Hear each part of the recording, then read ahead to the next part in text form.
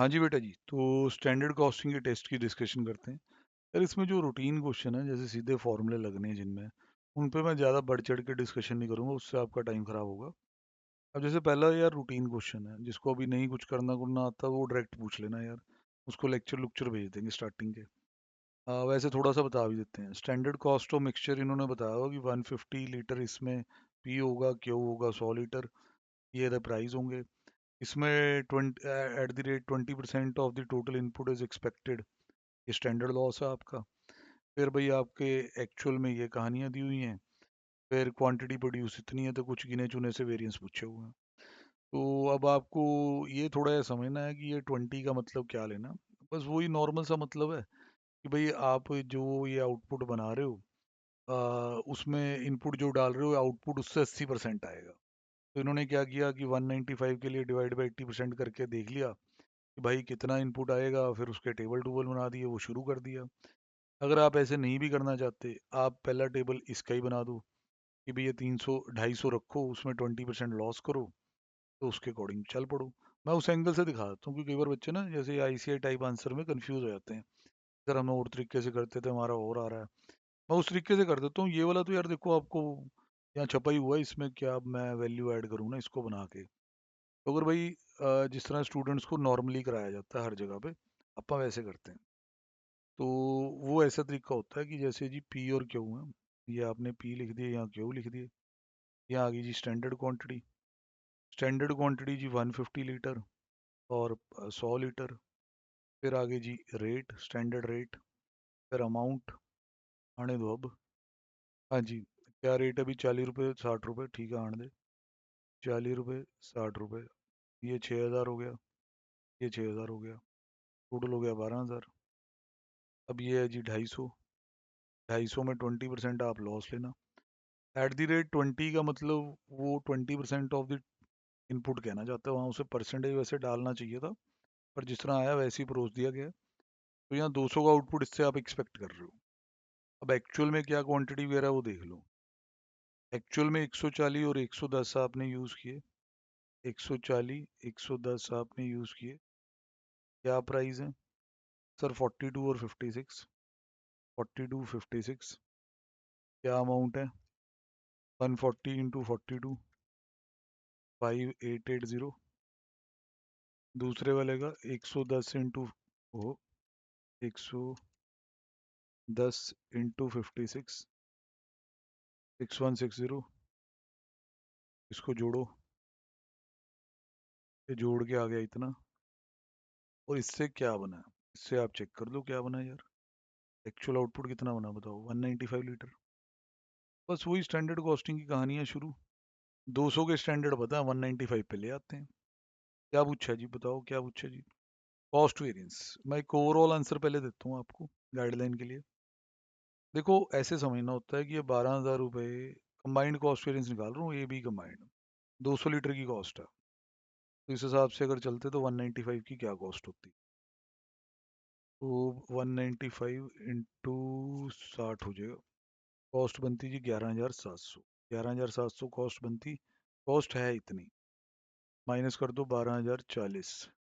340 adverse आ जाएगा, ज़्यादा पैसे लगे हों भाई। एक बार आप चेक करेंगे, यहाँ पे कुछ दिया दुआ होगा इन्होंने, ये देखें सर। बाकी आप इसे इंडिविजुअली करना चाहते हैं, इंडिविजुअली भी हो जाएगा। फिर ऐसे देखना होगा कि जब 200 लीटर बनना है तो ये 6,000 रुपये लगना है। 195 में कितने का लगेगा, लगा कितना हो सामने। well it is basically the standard material cost of actual output minus actual material cost हो एक्चुअल। और भाई जिसको नहीं ये चीज़ें आती ना, मैंने यूट्यूब में हर तरह के वेरिएंस के लेक्चर डाले हो फ्री में, वहाँ से आप पहले देखो। अगर आप बहुत वीक हो तो, अगर आपको ओके है तो ये क्वेश्चन तो भाई आपका होना चाहिए था। अगले सारे पार्ट बहुत सिंपल है।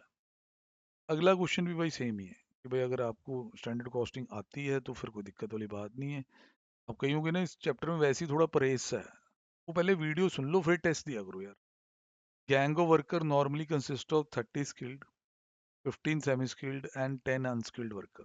ये स्टैंडर्ड गैंग कॉम्पोजिशन है। They are paid at these rates, ठीक है जी। In a normal working week of 40 hours, ये 2000 यूनिट बनाएंगे। During the week ended, this gang has been changed, composition has been change, rate अलग है। तो उन्होंने भाई जैसे कहा था कि 2000 यूनिट बनाएंगे, यहाँ बने हैं 1600 यूनिट। तो एक बड़ा सा टेबल इसमें बन जाएगा भाई, उसके बाद आप यूनिटरी मेथड लगाई जाओ, तो ये आंसर जिस तरह दिए हो वैसे ही आएंगे। कोई दिक्कत वाली बात इनमें है नहीं है। अगेन वही बात, आपको लेबर मिक्स ये वो कॉन्सेप्ट ही नहीं क्लियर भाई, फिर टेस्ट नहीं देते होते, पहले अपने कॉन्सेप्ट क्लियर करो। उसके बाद जी आपका ओवरहेड्स के रिगार्डिंग थर्ड क्वेश्चन है। जब fix overhead cost variance adverse दिया हुआ, वॉल्यूम वेरिएंस एडवर्स दिया हुआ। Sir fix overhead cost variance का एक पार्ट होता है वॉल्यूम, दूसरा होता है एक्सपेंडिचर। बैलेंस फिगर में एक्सपेंडिचर आ जाएगा। बजटेड आवर्स दिए हुए हैं, बजटेड ओवरहेड्स दिए हुए हैं, actual rate of recovery of overhead भी दिया हुआ है। तो आपसे पूछा गया कि यार फिक्स ओवरहेड एक्सपेंडिचर वेरिएंस बता दो, तो आपने वही बात की जो मैं कह रहा था कि भाई आपका दोनों चीज़ें यहाँ शायद पूरी हुए हैं शायद।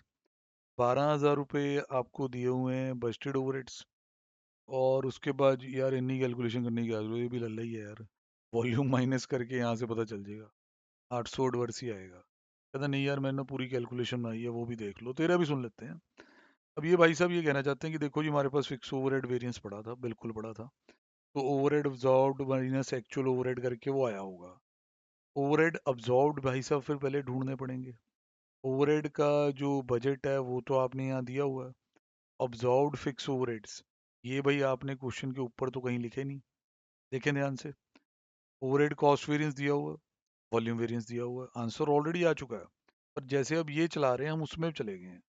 इन्होंने actual rate of recovery of overhead दिया हो 8, तो यहाँ से ये थोड़ा बहुत हमें इस तरफ ले जाने की कोशिश कर रहे हैं कि देखो जी बजटेड आर इतने थे, यहाँ डिवाइड कर लो तो ये रेट बैठेगा जी 5 रुपये बजटेड आर के बेस पे। देखें अब्जॉर्ब्ड ओवरहेड का ना, आप थोड़ा आगे तक चलते रहे, कहीं ना कहीं कहानी आएगी। ये देखें फिक्स ओवरहेड वॉल्यूम वेरिएंस दिया हुआ, कहता है जी ये फॉर्मूला एक्सपैंड कर लो बजट और इसका, तो यहाँ से अब्जॉर्ब निकल आएंगे। यार क्या ज़रूरत है, वहाँ 800 रुपये सीधे तो आ रहे हैं। फिर उसके बाद जी फिक्स ओवरहेड कैपेसिटी वेरिएंस पूछा गया। इस तरह ये अभी तो तीसरा पार्ट है।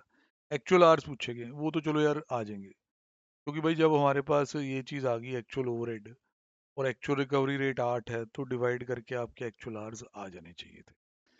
अब पूछा वो फिक्स ओवरहेड का कैपेसिटी वेरिएंस आवर्स अप्रोच से। सर फिक्स ओवरहेड की कैपेसिटी वेरिएंस का फॉर्मूला मैं आपको याद करा देता हूँ। सर ये ऐसे होता मतलब इसमें हम ये देखते होते थे standard fix overhead rate per hour, यहाँ आते थे जी actual hours minus budgeted hours for the same day. अब देखें इसको भाई रेट पता है, एक्चुअल आवर्स पता है, एक्चुअल आवर्स आपको याद होगा कि यहाँ निकल चुके हैं।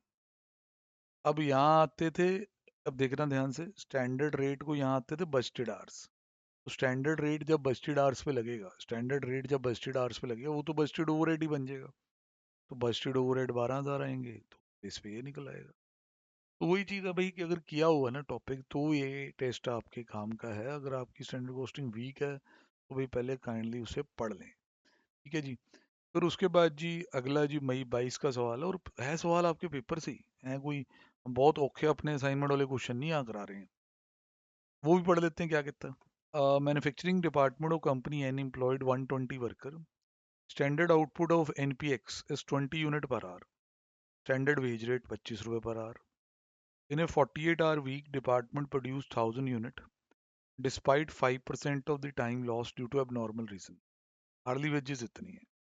तो देखो इन्होंने बोला है 120 वर्कर हमारे यहाँ काम करते हैं, 20 यूनिट पर आवर में बन जाते हैं।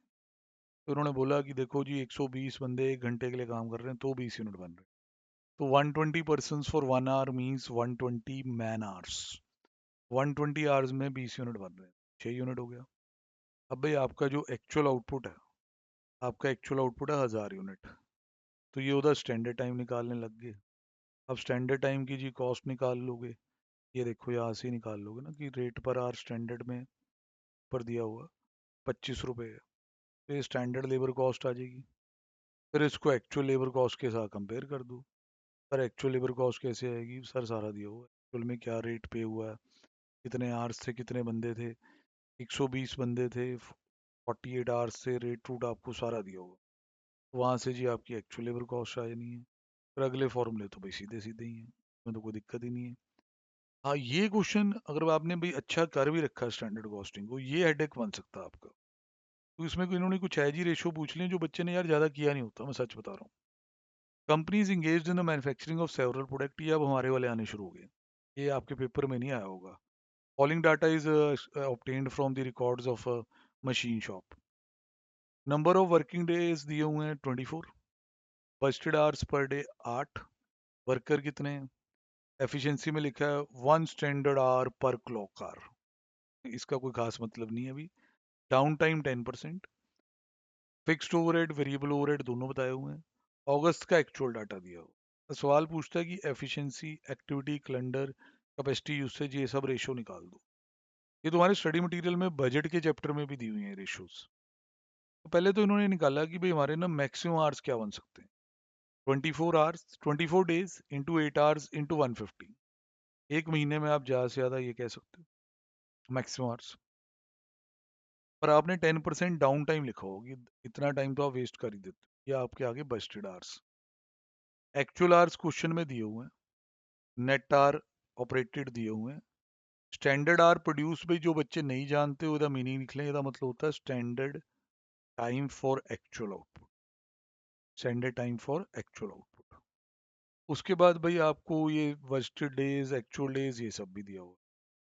फिर भाई इन्होंने यहाँ ये रेट रूट निकालने शुरू कर दिए, वो तो बाद की बात है। अब आते हैं रेशियोज पे। पहले पूछिए एफिशिएंसी रेशियो। इसका फॉर्मूला हर बच्चे को आता होता है। Standard time divide by actual time. दोनों टाइम आपके पास है। एफिशिएंसी रेशियो आ गई। एक्टिविटी रेशियो का फॉर्मूला नहीं आता होता सर। एक्टिविटी का जो यूनिट अप्रोच है वो होता है actual output divide by budgeted output. मतलब बजट में तुमने कहा 500 यूनिट बनाने हैं, एक्चुअल में तुमने 400 बनाए, एक्टिविटी रेशियो आ जाएगी। पर अगर यूनिट ना दिए हो तो इसे टाइम की टर्म में भी लिखना आना चाहिए। तो एक्चुअल आउटपुट का स्टैंडर्ड टाइम लिख दो। Standard time for actual output लिख दो ऊपर। और बजटेड आउटपुट का भी स्टैंडर्ड टाइम लिख दो। बजटेड आउटपुट के स्टैंडर्ड टाइम को क्या कहते हैं? Budgeted hour. ये चीज यूज होनी थी। फिर कैलेंडर रेशो, कितने दिन काम किया, कितने दिन बजट किया था, उससे आ जाएगी। फिर आता है स्टैंडर्ड कैपेसिटी यूसेज रेशो। ये तो यार वैसे ही क्लियर था। मैक्सिमम आवर्स में से 10% डाउन टाइम है, तो उसने 90% कैपेसिटी यूज करने का डिसाइड किया है। Budgeted hour divide by maximum hours. फिर उसके बाद भी इसमें पूरे पूरे वेरिएंस निकालने। अगेन उसमें ओवरहेड के वेरिएंस की आपको अच्छी नॉलेज चाहिए। नहीं है तो डेडिकेटेड वीडियोस ओवरहेड वेरिएंस पे अवेलेबल हैं। भाई बाकी जो अगला क्वेश्चन हमने डाला है ये सीए फाइनल से डाला हुआ। ये अगर आपने बहुत अच्छे लेवल की स्टैंडर्ड कॉस्टिंग की हुई है तो ये आपको एज ए क्वेश्चनों को हाथ लगाना चाहिए, नहीं तो ये अवॉइडेबल भी कह सकते हैं। मैं आपको बता देता हूँ क्या अच्छा लेवल है, क्योंकि आपके ना एक बार 2008 में पेपर में सवाल आ गया था रिकॉन्सिलेशन वाला। उसी का कह लो अगला वर्जन है ये। आओ जी पढ़ते हैं। Saffron product limited produce and sell a single product. Standard cost card दिया हो जिसमें हर चीज एंड क्लियर है। स्टैंडर्ड प्रॉफिट कितना उम्मीद रखा कंपनी ने, ये भी बताया हुआ। Fix overhead has been absorbed on expected output, ये सब भी लिखा हुआ। During the month of December actual result ये है। आपने 2000 यूनिट की प्रोडक्शन की, कितने पे बेचा, सब दिया हो।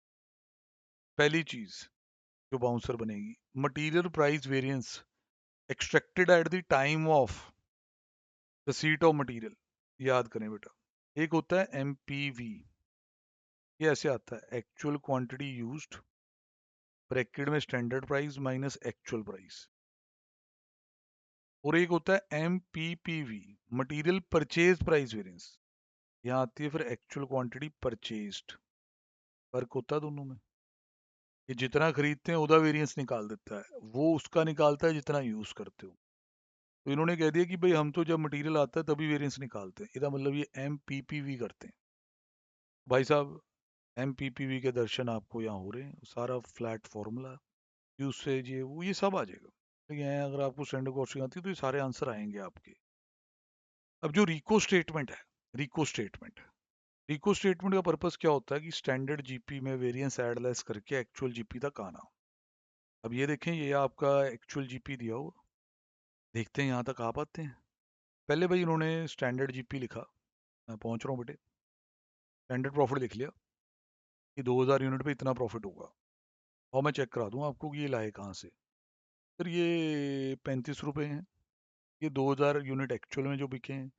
35 रुपये इज द स्टैंडर्ड प्रॉफिट, तो वहाँ लिख दिया जी भाई इतना प्रॉफिट होगा। अब भाई जितने भी वेरिएंस आए होते हैं ऐड लेस शुरू। फेवरेबल वेरिएंस ऐड करते जाएं, एडवर्स वेरिएंस माइनस करते जाएं। सर प्रॉफिट एक्चुअल प्रॉफिट जितना तो आया नहीं, तो क्या हमारा कोई वेरिएंस गलत है? नहीं, ऐसी कोई बात नहीं, तुम्हारा कोई वेरिएंस गलत नहीं है। क्वेश्चन खुद तुमसे पूछेगा, कह रहा देखो आपने जो ये किया है ये सेकंड पार्ट में, उसमें डिफरेंस बताओ कि एक्चुअल प्रॉफिट जो क्वेश्चन में दिया हो और जो आपने रिको करके निकाला हो, वो अलग क्यों आ गए। एक्चुअल प्रॉफिट जो क्वेश्चन में दिया हुआ है सर, वो दिया हो 67,500, हमने निकाला 67,450। Reason is this, MPPV use किया है, जबकि उसकी जगह यूज करना चाहिए था MPV। ये देखो, उन्होंने बता दिया। अरे बेटा देखो, हमने ना इसमें मटेरियल प्राइस वेरिएंस रिसीट पे निकाला इंस्टेड ऑफ कंजम्पशन। तो अगर भाई हम उसको उस पे निकालते कंजम्पशन के बेस पे, तो भाई वो 1500 आता, और उधर 1550 आया हुआ है। बस यही 50 रुपए का फर्क आ रहा है। भाई नेक्स्ट लेवल का क्वेश्चन है, अगर कभी पेपर में आ जाए तो आपको 14 नंबर का आएगा, मैं इसकी गारंटी कर सकता हूँ, खा जाएगा ये पूरा एक क्वेश्चन। तो ध्यान से भाई, अब हमें इस टेस्ट सीरीज में ये पक्का पता होता है कि लोगों की स्टैंडर्ड कॉस्टिंग बहुत बुरी होती है भाई। तो शर्माना ना, सारे लेक्चर को के सारे भेज दूंगा, पर कहना आपको पड़ेगा। यहाँ एक एक क्वेश्चन कराने, इसको कराने का कोई फायदा नहीं जो आपके फॉर्मूले ही नहीं क्लियर, थोड़ी मेहनत करनी पड़ेगी। डन जी।